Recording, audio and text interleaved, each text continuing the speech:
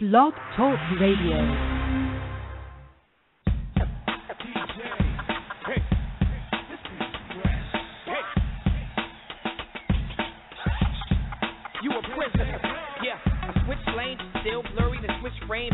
Hey, what's going on, y'all? This is BC Sports Talk Radio. I am your host, Lee, a.k.a. the Hoop Guru. Got a special edition Saturday show for y'all today. Normally don't do shows on the weekends, but hey, it's been a minute since I was able to catch up with y'all, so just want to touch on the latest happenings in the sports world. So glad for you guys joining us. If you want to add to the banter, as always, you can give us a call at 347-945-6921. Okay, y'all.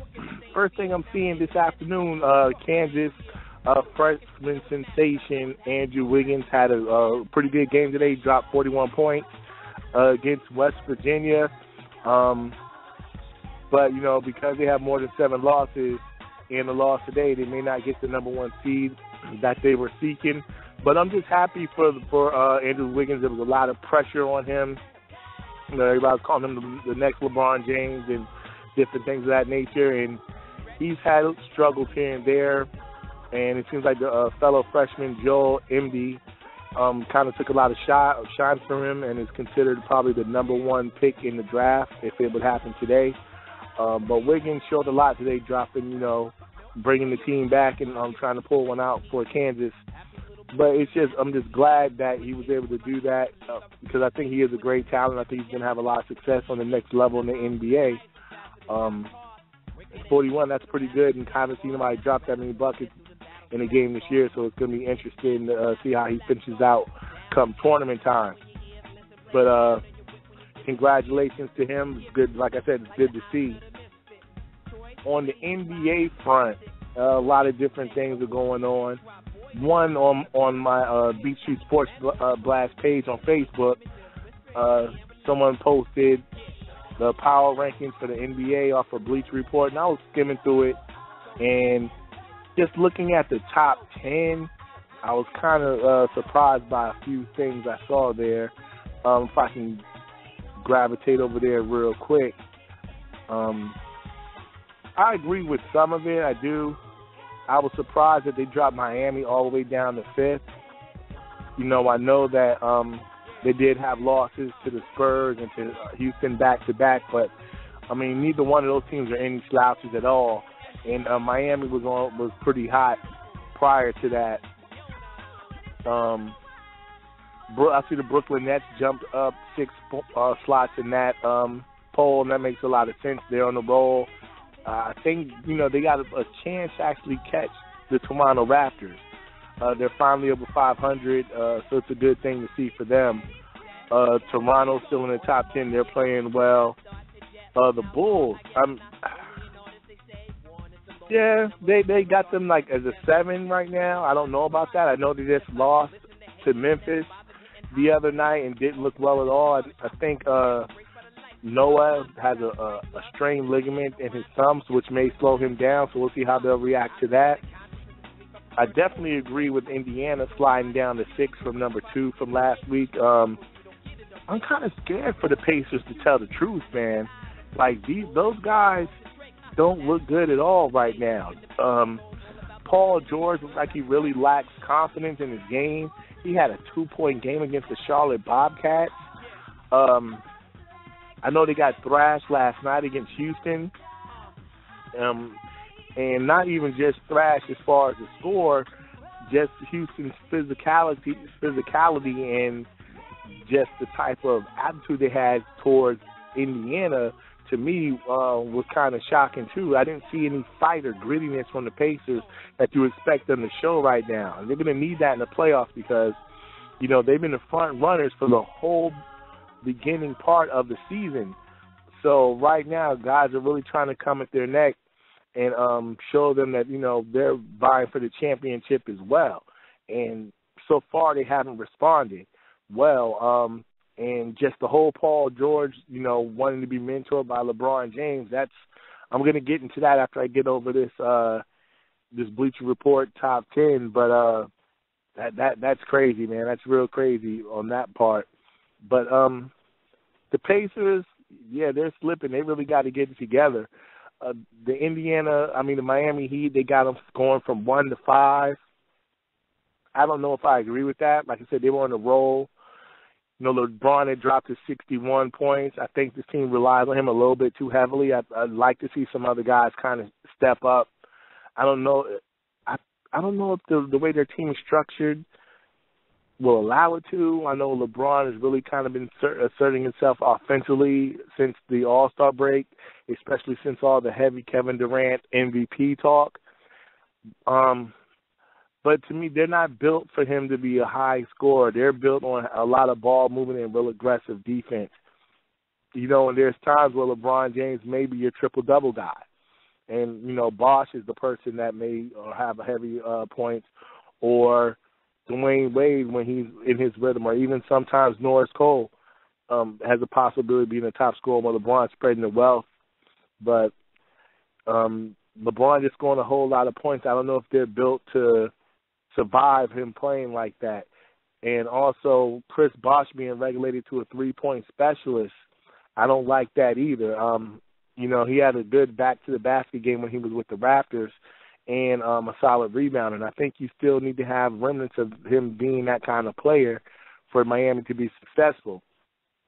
So if I want to see, these last 20 games, is LeBron going to get back to playing that more of a team-focused ball as opposed to the high-scoring games and kind of shots that are taken out of the context of the way they like to move offensively. We'll see. I know he said right after Carmelo Anthony scored his 62 points that he did want to score a 60-point game this year, and he did get that accomplished. So we'll see where we go from here. But Miami, I think that's a bit of a slip. I don't know if I would have put them any lower than 3 because of the role they were on, and it's hard to win when you do that Dallas tour, going through Dallas, San Antonio, and Houston. I'm playing Houston and San Antonio back-to-back on the road is not a cakewalk at all, and especially the way Houston's playing right now. So I don't see why they slipped so far in the poll. Oklahoma City went up 1 slot. Yeah, I can see that, even though they did get thrashed the other night as well. It's a surprising loss, I believe, to this week. They lost to Cleveland. I'm surprised at that. And, no, did they beat I think there was another loss they had as well. But I got to go back. I can't remember all the games right now. But Cabron Butler looks like he's getting involved in that system pretty good. I know there was a good game they had where Russell Westbrook had a triple-double in 20 minutes, and Kevin Durant had 42 points in 3 quarters. So they're finding their stride offensively. I think Caron Butler is going to really add to the offensive firepower and be another great option for them in that area. So the West is going to be tough, man. It's going to be very, very tough. I can't wait for the playoffs to see these guys bang heads because it's going to be beautiful basketball. The Rockets, they had those guys going from 6 to 3, and I can totally agree with that right now. I wouldn't be surprised to see these dudes at number 1. They look very good. They're really gelling. And a lot of people were kind of skeptical about it, the way they started off at the beginning of the year, and Dwight Howard, how he would fit in with the system. But he looks very comfortable with Houston. It seems like he has no problem sharing the spotlight with James Harden. They look good. They look very, very good. Patrick Beverly and Jeremy Lin, they're working very well together. They're not heavily deep, but they can go probably like 8 deep. Francis Garcia comes in off the bench, and he's able to do some quality backup minutes at the 2 and the 3. Like I said, Lin can play the 1. Or you could slide Beverly at the 2. I know sometimes they put those 2 guys in there together. And, Dwight Howard, he has a quality backup behind him in Amir Ashik. And they also got I can't pronounce it. It starts with a D. I'm sorry, you guys know his name. The second-year player, he's very good as well. He has a great outside touch. So they're loaded. They're loaded, and they're playing the type of ball you want them playing at this time of the year. Maybe a little bit too early. Maybe you want some of them playing this good 10 games out before the playoffs start. It's a little bit, they're around like 2019 right now, so hopefully it's not too early, but the rhythm is there. The cohesion is there, and that's what you want. The aggressiveness is there. That bravado's there. So it's good to see that they're coming around the bend like they're supposed to right now in that vein. So it's very good. San Antonio, I mean, the game they had against Miami was a clinic. I mean, I don't know if that was makeup for losing in the playoffs in the finals. I don't know, but I mean, that's the type of game you want to have against that type of team, especially the role they were on when they met Miami. That was a powerful game. They led from beginning to end. The ball movement was great. The defense was great. It was poetry watching them play last week against Miami. And that kid Kawhi Leonard looks like he's healthy again, and he's a big piece. He's a quality piece for them. And they're going to need him because, like I said, the West is crazy. You're looking at the Clippers, the Spurs, the Rockets, Clippers, Spurs, Rockets, Oklahoma City. I wouldn't want to play any of them. I wouldn't even want to play Dallas because they can easily upset you in the playoffs as well. So these teams can't afford not to be playing this top ball they are right now, and it seems like they're responding in that vein. And the Los Angeles Clippers, who would have ever thought in a power ranking this late in the season that the Los Angeles Clippers would be the number one team? They totally annihilated the Lakers this week. Beat them by 48 points. That's the biggest loss in the history of the Lakers franchise. They need some help over there in Los Angeles, man. Not the Clippers because they're clicking well. Doc Rivers is, doing exactly what he envisioned. I don't even think he has the talent that he really could have. He doesn't have the best players in the league on his roster at all, but they're clicking. They're playing some very solid ball right now. On the other side of Los Angeles, man, it's just sad that the Lakers are this horrible this year. And Dr. Buss's son he's just not a quality owner at this time. Or maybe this is a short-term plan because I know most of the guys they have are on one-year deals, so he's going to be able to go out there and try to heavily go after free agents. To build around an injured Kobe and an injured Steve Nash. Are those the greatest cornerstones to build at this stage in their career right now? I wouldn't say, especially not Nash. Nash doesn't even look like he could play next year. I mean, Kobe's giving you 6 games. Nash may have given you 10, So it's just difficult to see where the Lakers are going to go from here with the injuries, with, the lack of prospects and, the fact that people don't know what Buss's son is going to do, what direction he's going to take in the franchise. I feel sorry for the guys on the team right now because, they're the ones taking the loss. And, after this year, they're going to try to have to find a way on another roster. Because, I know like Ken Bazemore and Marshawn Brooks and Wesley Johnson, those guys are going to have to try and find another home. And I think they play decently to a degree. Hopefully that people will see that on another team where they can play with some stronger talent. They can be valuable assets, But as lead dogs right now, they're just not able to handle the load. And it's just, unfortunate. You don't like to see the Lakers this bad. It's never good for the NBA when the Knicks and the Lakers are horrible, especially the Lakers because they have a richer history of winning than the Knicks do. So,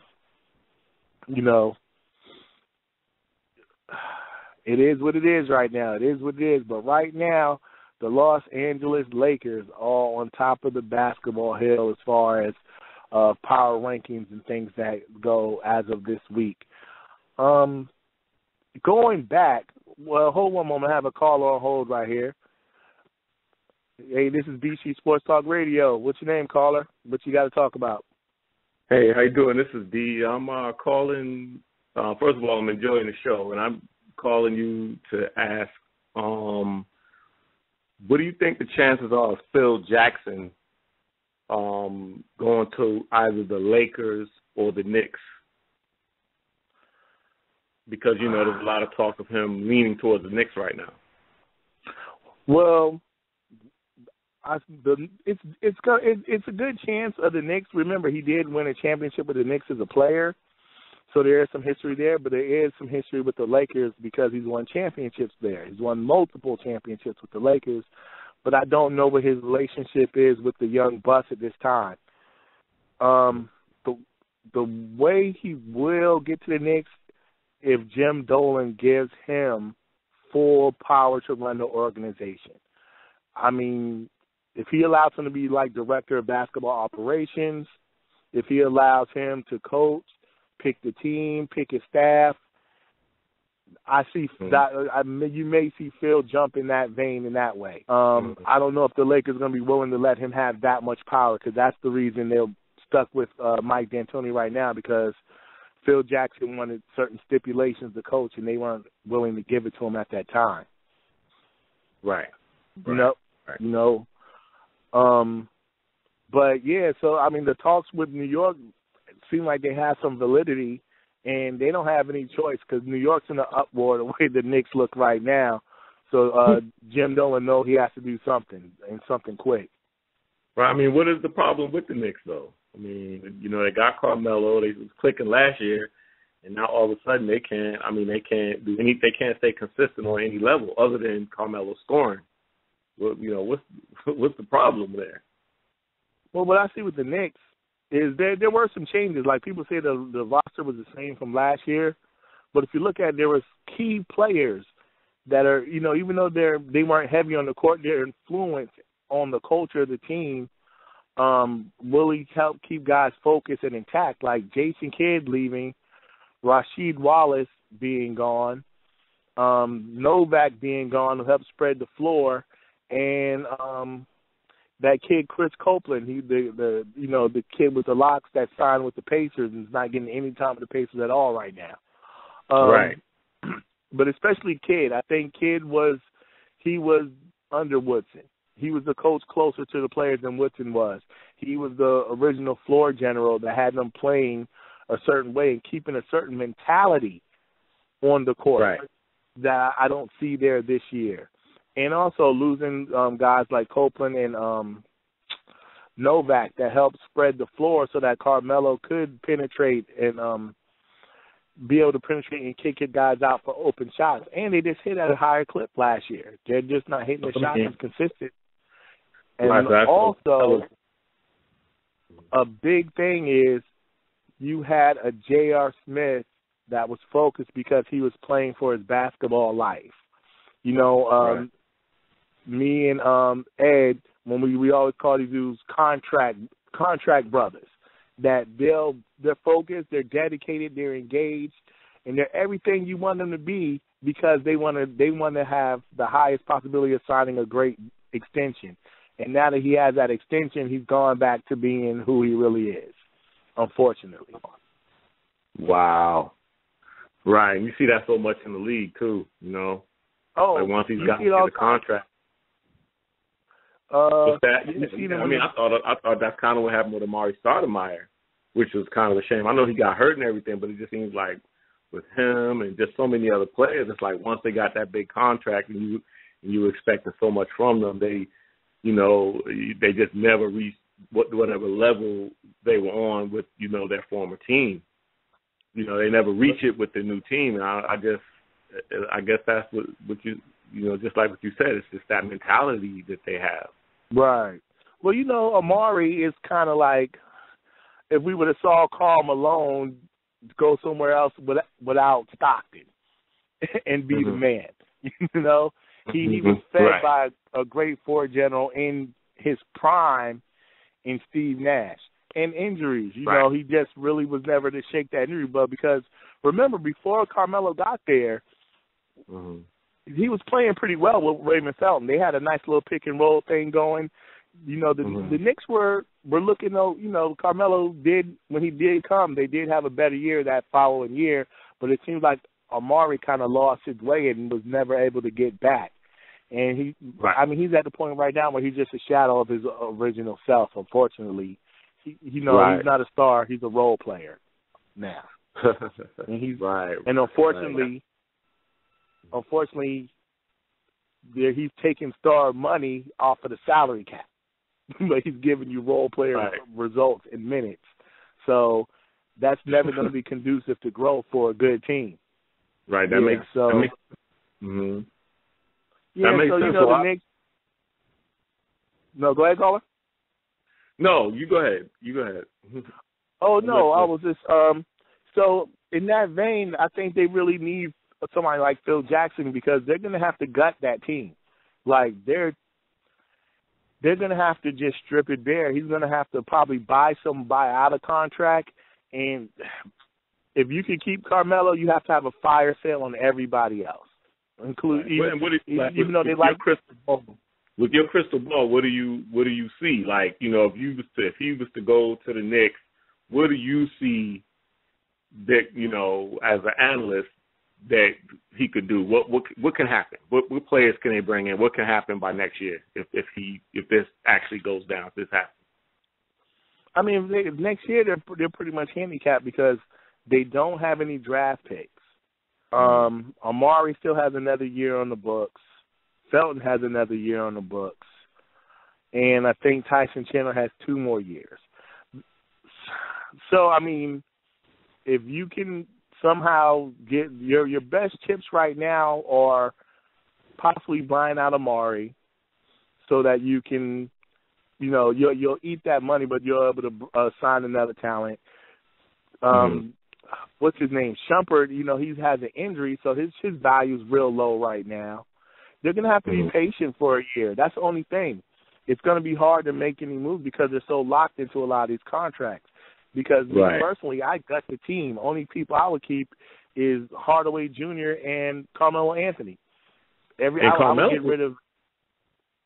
Carmelo could possibly leave. Couldn't Carmelo possibly leave?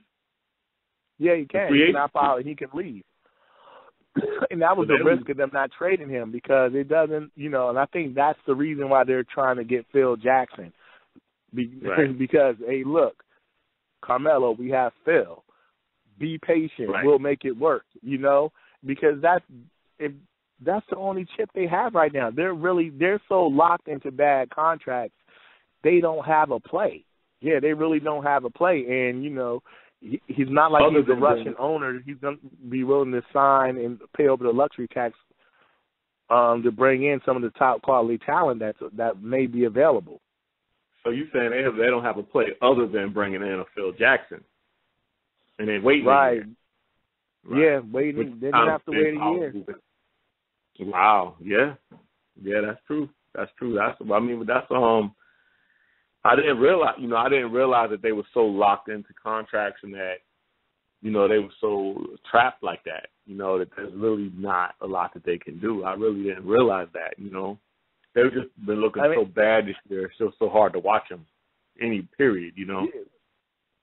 Hey, it's a topsy-turvy world. Like I was saying, whoever thought the Lakers would be decimated and the Clippers would be on top of the basketball world as of today, or that the Knicks after the year they had, they would be sitting on the outside looking in. And you notice at the beginning of the year they were tearing up the Knicks and tearing up Brooklyn. No one's saying a bad word about the Brooklyn Nets right now. Jason Kidd seems like he's steady the ship. Make the playoffs? Are the Brooklyn Nets going to make the playoffs? Yeah, if the playoffs started today, they would be the 5th seed. They'd be playing Washington in the first round. They're 30-30 right now. Wow. They're 4 games in the loss column behind Toronto. I think they can catch Toronto. The way they've been playing lately, they've been on an upswing pretty lately. But I don't know. Toronto's playing very good ball, but there's a good possibility they can catch them or Chicago, and possibly have a home court advantage in the first round. And that's a dangerous team to play, Brooklyn, if they have home court advantage in the first round. And you feel like what makes them dangerous is the experience? Yeah, the experience. They have a lot of talent. I mean, and people aren't talking about the value of a player like Andre Karolinko.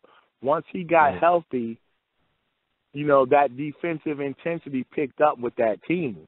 It seemed like everyone stepped it up a bit once he came. He's your energy guy, your glue guy that kind of brings, the levels, the intensity level up. Kind of like Birdman down in Miami.